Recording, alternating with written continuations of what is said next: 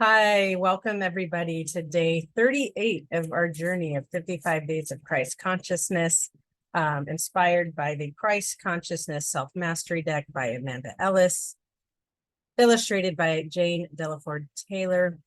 And for those of you just joining us, I'm Gina with Soul Inspired Reflections, guiding you on this journey, connecting you to Christ consciousness energies that exist within you and within everybody.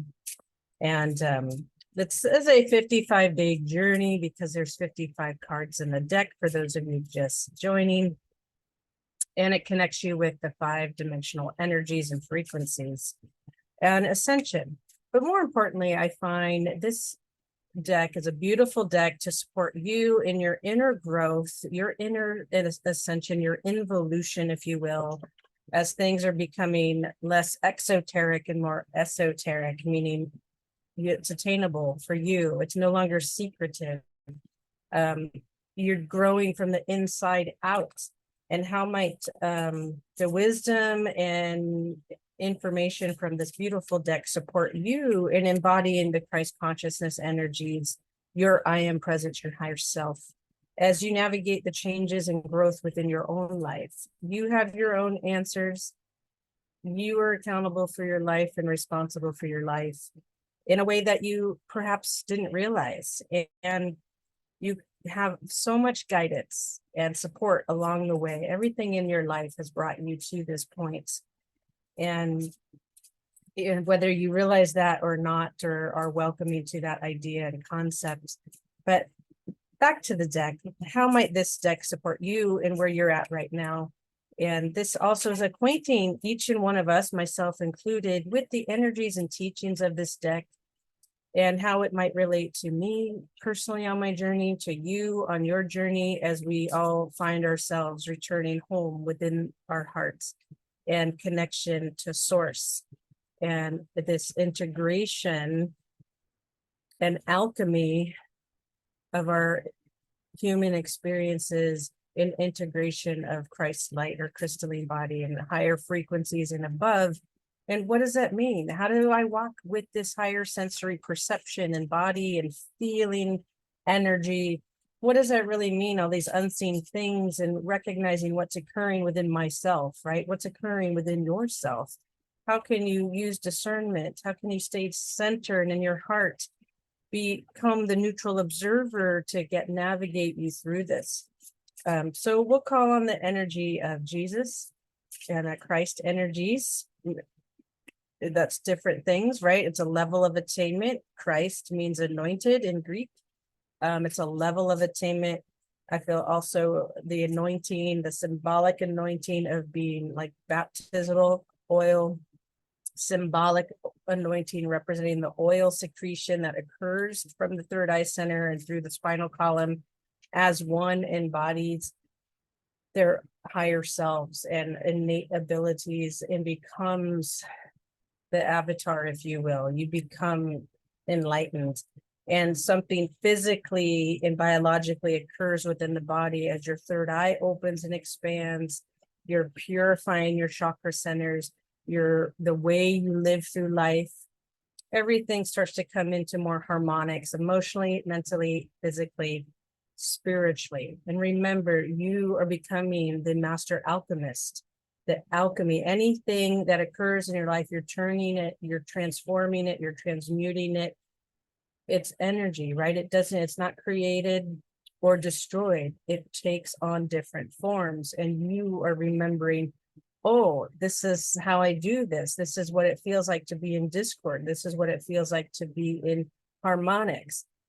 This is what the emotions and energy of, like, say, anger, sadness, depression feels like, but that's not your essence. That's not who you are.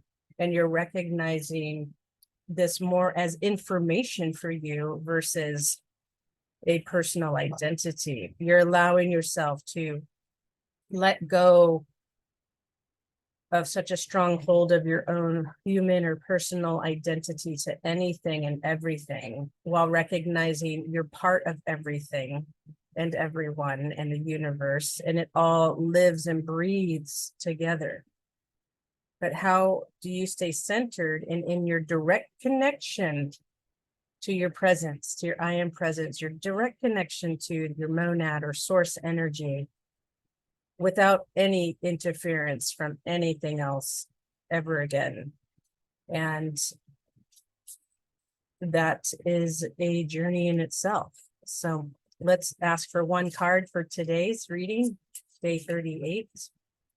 And we're almost through the whole deck. It's crazy. It's taken me a while to get through it, but I do it when I feel inspired and have the energy to do it. And here we go. Just one card, please. Oh, here we go. And we'll get through the whole deck. So we have the Unity card, Coexistence and Tolerance. Coexistence and Tolerance. So let's all just take that image in.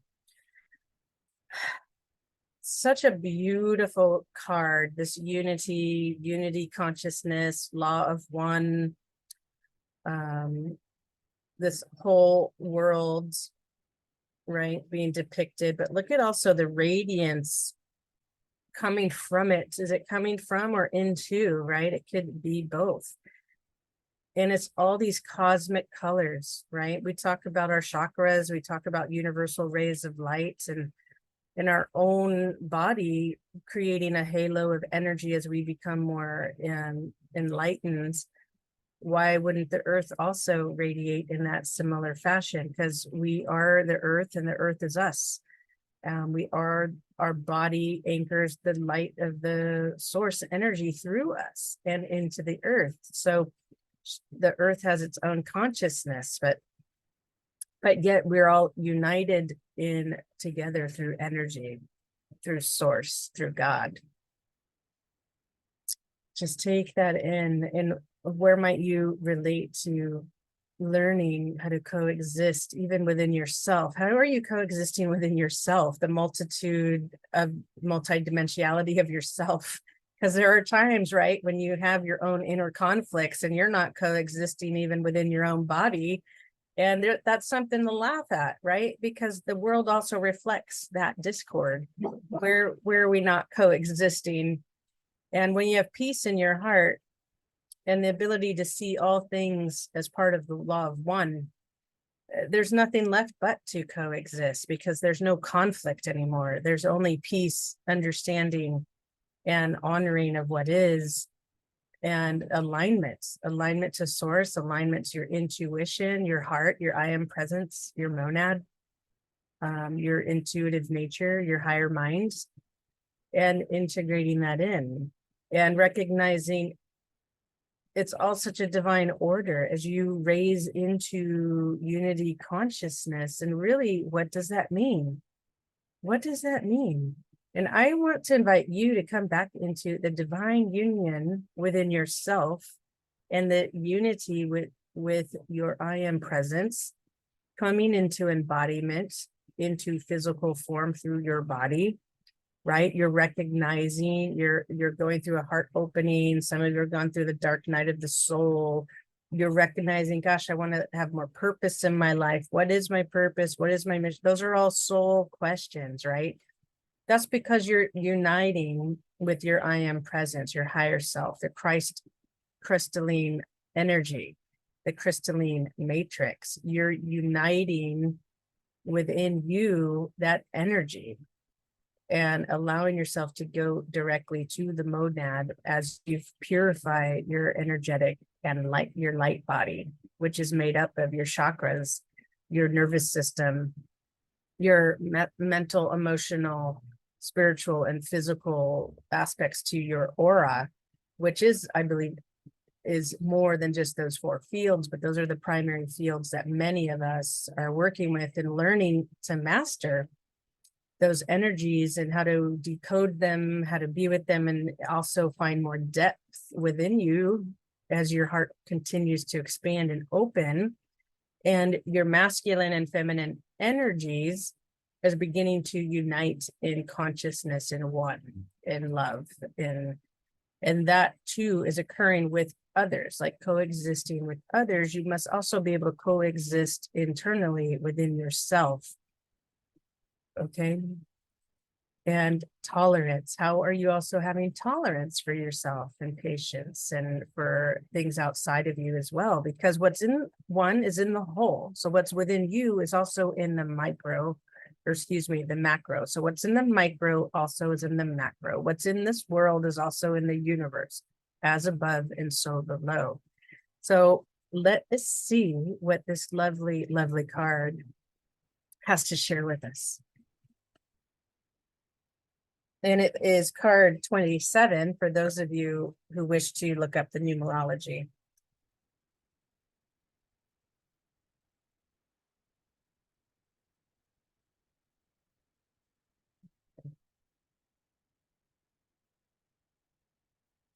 We all say we seek a unified, peaceful world, and yet the truth is that to achieve that goal, we must start with ourselves. To hold peace and unity within and in our everyday life. If we're not able to do this, we will be scattered, since every part of everything is reflected within us. So today, feel into where you are feeling an absence of unity.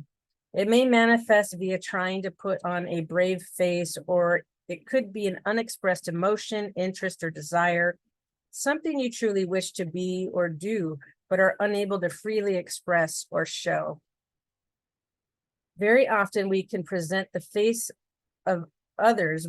So let me start again. Very often we can present the face others wish to see, not always how we truly are deep down. What once may have worked out, what once may have worked may no longer fit. And within relationships, putting out a united front for others can hide pain also. So I'm going to pause there, right? Because so many of us do this. We put up a facade to make others feel comfortable around us, even though internally or within relationships, a partnership may be dissolving or breaking apart or struggling, right? And going through growing pains. And instead of actually allowing yourself to be vulnerable, especially with your friends or loved ones, plus you have to use discernment too, because I get it that sometimes there's some people we just can't share it with. Like sometimes family is not the best to share it with because they just aren't able to hold a space of support for both parties. And if we're looking at relationships, be mindful too, there's no sides to take here as people are splitting, no matter what has happened. And I truly mean that. No matter what has happened, there are no sides to take, because that just creates division. So if you can create that ability to still stay in unity consciousness in the law of one and recognize there's something bigger than just the relationship splitting occurring, while recognizing you are walking through a human experience as well, and lessons and growth opportunities are very much there when people are faced with challenges or deciding to part ways and whatnot. And but there's no need to put on a front for others just to make them comfortable or to make someone else comfortable. And there's also no need to also distort the truth of what is. There's the experience you're having, and so many people will distort the truth of the totality of the situation because they are in pain. And while others will sit quietly and demean the other party in front of other people or behind their back, no good comes from that. That is so far removed from higher consciousness, or shows you at what level of spiritual maturity or energetics you are currently in. And granted, I get that sometimes we may all fall in and out of these lower vibrational states and then go, oh, you know what? I need to be here with it and higher and raise it up. And that's fine. Come to that awareness and stay in the light. That is where you are challenged the most in these adversities, to stay in your light while going through such things as a breakup or divorce, right? Or even abuse and you've gotten out, right? There's so much there, or even in a home, right? Like I remember growing up and my dad, he was an amazing person, but also he had a lot of anger. So we all were exposed to that in various ways, whether it was through yelling, at a very short temper. But that didn't define him. Okay. Like I didn't grow up allowing that to define who he was at his core, because he also had these amazing qualities. It could be very giving and tolerant and accepting.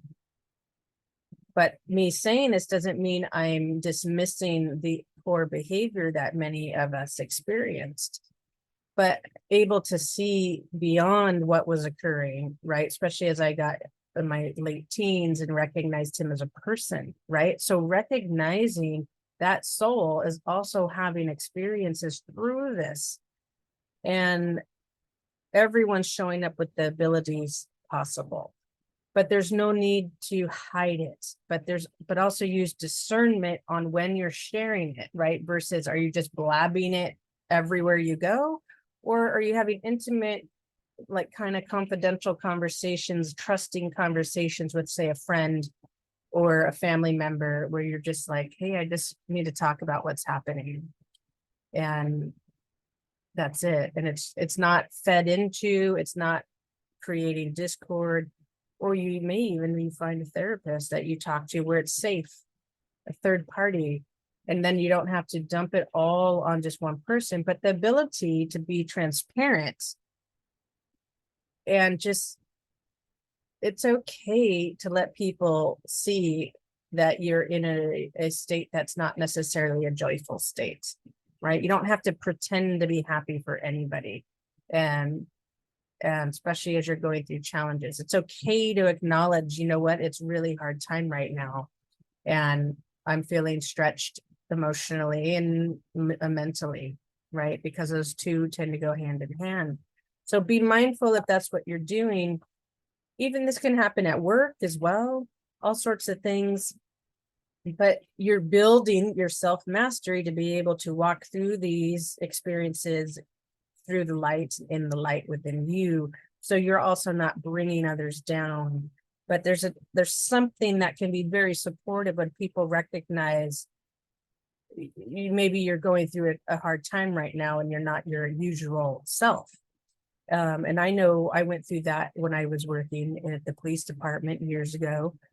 And I had a loss of a friend, and then he was also a coworker and all these other things. And I was one of two people that discovered him who passed away. But there's these latent things that occurred, and I had so much anger, and I just went quiet, right? I just went quiet and inside it, but I would still show up at work after I took some time off. And, I had a manager reach out to me and asked if I was okay. But I was able to tell her, I'm just grieving. I'm just grieving, and I'm angry and just grieving and feeling it. And that was enough. It was enough to recognize, yes, I'm okay. I'm going through a grieving process. And I got to a place where I didn't care what anyone else was thinking, saying, or doing. I still showed up, was able to function, but I still took care of my needs. I had to leave if I needed to, I'm just using that as an example. Yours may be different for you, but to step into your power, and you're having these experiences, and it's okay. So back to the book. Okay. So within a family group, there may be arguments, misunderstandings, or disagreements over how to handle or deal with an issue. There may also be aggravation caused by neighbors, business colleagues, new family members, or new person who alters the status quo. Anything that encroaches on your energy and disturbs our inner balance is relevant, since when we are in harmony, we feel at peace and can maintain an inner order. Misconception is that unity means we must agree on everything, whereas living in unity is about being tolerant, being able to coexist, and being able to listen. Listen. And I'm going to say that again, being able to listen. Too many of us, I would say, we do not listen, I would say, properly. We're too busy wanting to respond back, retort, speak over each other. And that's something I'm constantly practicing. And then, as I heard a storyteller recently say, God gave us 2 ears and 1 mouth. So she's like, listen with your ears and really fully listen to what someone has to say and acknowledge and ask questions about it. And sometimes don't even respond back with anything. Well, here's my thoughts. Here's this. Just listen. Go, wow, thank you for sharing that. I'm just going to take that in for a moment. I'm just going to take that in and breathe and exhale. Because you're going to feel what they're saying, especially if it's heavier, right? And just take it in and breathe it out. And even you can even say, I really am not sure how to respond to that. What do you need right now? How can I be of support to you? And this is what I feel why so many people unknowingly, subconsciously are drawn to life coaching and coaching, because you're learning these self-mastery skills through coaching. And what I've experienced, sometimes coaches are the worst listeners unless they're coaching, right? Because they're in a position of power and can control the situation. But outside of that, they think they know what's best for everyone. And that's a huge challenge I find in that mastering and that self-mastery, because I don't know what's best for you. You do. You're the master of yourself and being and well-being. Okay. I can guide you along the way. I can guide you back to yourself. But at the end of it all, no one else has your answers for you. Only you do. And people just guide us along the way, or we seek out mentors, or if you're having health issues, at the core of you, you know what's right and which direction you'd like to go, right? You still have the final say in it all. So remember that. Pay attention to your heart, your intuition, your higher guidance with everything. So being able to coexist, being open to listen, and for the same courtesy to be extended back to you. It must be extended back to you. Okay. Whatever needs healing now, see it as an opportunity to bring parts of yourself together or others together. It may not be any easy or straightforward path, but working from the heart and for the right reasons for all concerned will be a rewarding one. For yourself, if it may be about balance, mind, body, and soul, you might have been concentrating on spiritual matters at the expense of your physical body and neglected some aspect of self-care. I see many people do this. They fall out of balance. Or it could be that the physical world is too dominant, obsessions with the body image, fitness, and aging at the expense of inner spiritual work. And I've seen people do this.